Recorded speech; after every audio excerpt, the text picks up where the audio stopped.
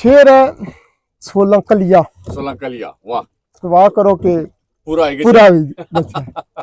मैंने दिल का ये हाल सुनाया जिनको।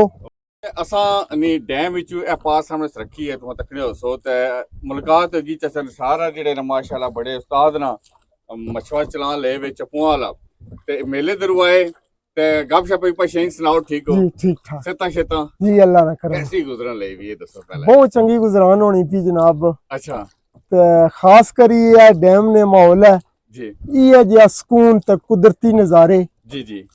दुनिया ने किसा कोने पर भी नहीं लभने। ये समझो स्विट्जरलैंड है। यही चोरा गल ते दबला लेन स्विट्जरलैंड है। यही गल है। ये गल है ते मैं आना जी जड़ा सुकून असां कीता वै ना जी जी। वो किसा जगह भी नहीं। वाह जी वाह, क्या बात है, क्या बात। पशीन तुहर पंचोरे वाले भी इस इलाके पूरे अद्धे ज्यादा लोग इंग्लैंड कुत्थे कुत्थे गए चले तुसा तू ना गशने क्या वजह। बस यही गल है ना असां दी सारी सर्विस ही ग्राउंड ही है। ठीक है ते ये जेड़े कुदरती नज़ारे ते या जेड़ा सुकून है ना जी जी इस ही ते असां कुड़ा जान ही ना देता। हाय हाय हाय यानी तुसा चौपड़ मारी दे थे सुकून ना लो। हां बस अपनी दिहाड़ लाई ते इससे सुकून है। इस ते असां सुकून है बस। इंग्लैंड जाओ तां भी ये किद करो यही करा रहे हैं। हां ते कोई तुसा ने शेर शायरी ने हवाले ना बड़ा एक मैं समझना कि पठवार ना को बंदा होवे ते शेर ना बोलना होवे गल होई नहीं सकनी। यही तुसा गल को सुनासो असां क्या जे ते क्या क्या सुनासो।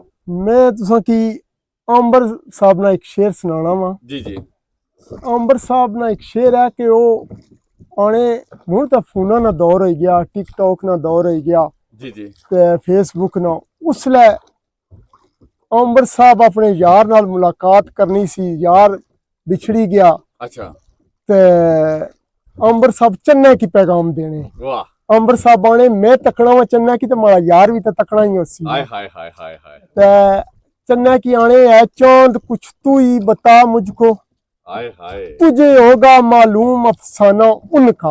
वाह हर आंख से आंख मिलाता है तूने देखा तो होगा आशियाना उनका। वाह वाह क्या बात है, काबिले गौर कली माशाल्लाह। मेरे प्यारे किस हाल में रह रहे हैं जी किन किन से है मिलना मिलाना उनका। वाह वाह ते आखिर पर अपने यार की भी चन्ने नाल तशबीह देने। क्या तीसरा है चांद मेरे चांद से जाकर ये कह देना हाय हाय मुंतजिर है अंबर दीवाना उनका। क्या बात है जी, ओ माड़े हल करने दरदा है क्या बात है।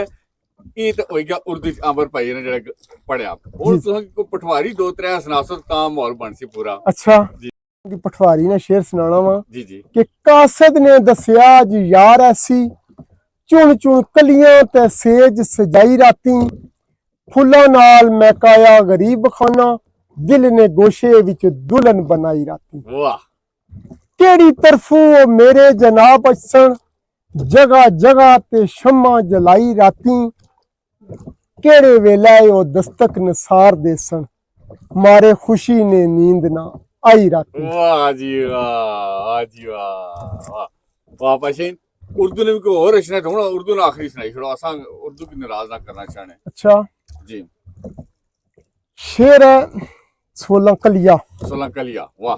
दुआ करो कि पूरा आएगा पूरा भी बचे। मैंने दिल का ये हाल सुनाया जिनको वाह दुनिया छोड़ कर अपना बनाया जिनको वाह आज साथ रकीबों के जा रहे हैं मुझ गरीब से दामन छुड़ा रहे हैं कितने नाजुक हसीन सयाद हैं वो था ख्याल के उम्र बरसात देंगे मेरी उल्फत का करके एहसास रहेंगे मगर पूरी न हुई मुराद दिल की न ही उन्होंने सुनी फरियाद दिल की कितने सितम गर जालम जलाद है वो। वाह काबिले गौर कली शेरानी जी था ख्याल के उम्र बरसात देंगे था ख्याल के उम्र बरसात देंगे मेरी उल्फत का करके एहसास रहेंगे मगर पूरी न हुई मुराद दिल की ना ही उन्होंने सुनी फरियाद दिल की कितने सितम गर जालम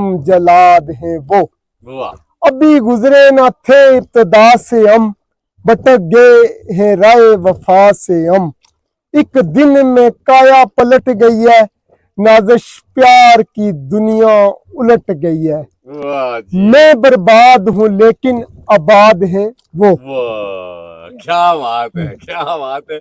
पशेन जी जी। कोई बाहर वाले को पैगाम, कोई अंदर वाले को पैगाम, को आखिरी सुनासो। रुक जा तुंदो गुबार ते आंदिए नी, जी मेरे सजना ने देस वाल जांदिए नी। वाह मेरे यार वाल मेरा परवाना लै जा, जी मेरा दुखा ना भरिया अफसाना लै जा, ते आखी बद नसीब नू वेख आईयां। हवा कासद ने रूप वाल जावन आई, ए पैगाम उस जालिम नू पहचावन आई। आखी फिरदा गलियां विच इक दीवाना तकिया, पत्थर मारदा उसनू जमाना तकिया, ते बुरे हाल तबीब नू वेख आईयां। वाह आवाज इसलै वापस अचनी ते केड़ा पैगाम आनी। आवाज जद आई वापस, ये पैगाम उस जालिम नाल लाई वापस। नाजिश मरदा ते बेशक मरदा रहे, मैं नहीं आवना अजारियां करदा रहे। आवाज तंज मारी तानी, वावा तेरे हबीब नू वेख आईयां।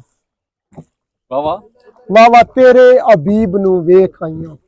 वाह, क्या बात है जी। इस नाल ही जी असा इजाजत चाहने हैं। इतू पशेन ना बहुत बहुत शुक्रिया। पशेन इंशाल्लाह फिर फिर मुलाकात होसी। मुलाकात होसी जनाब।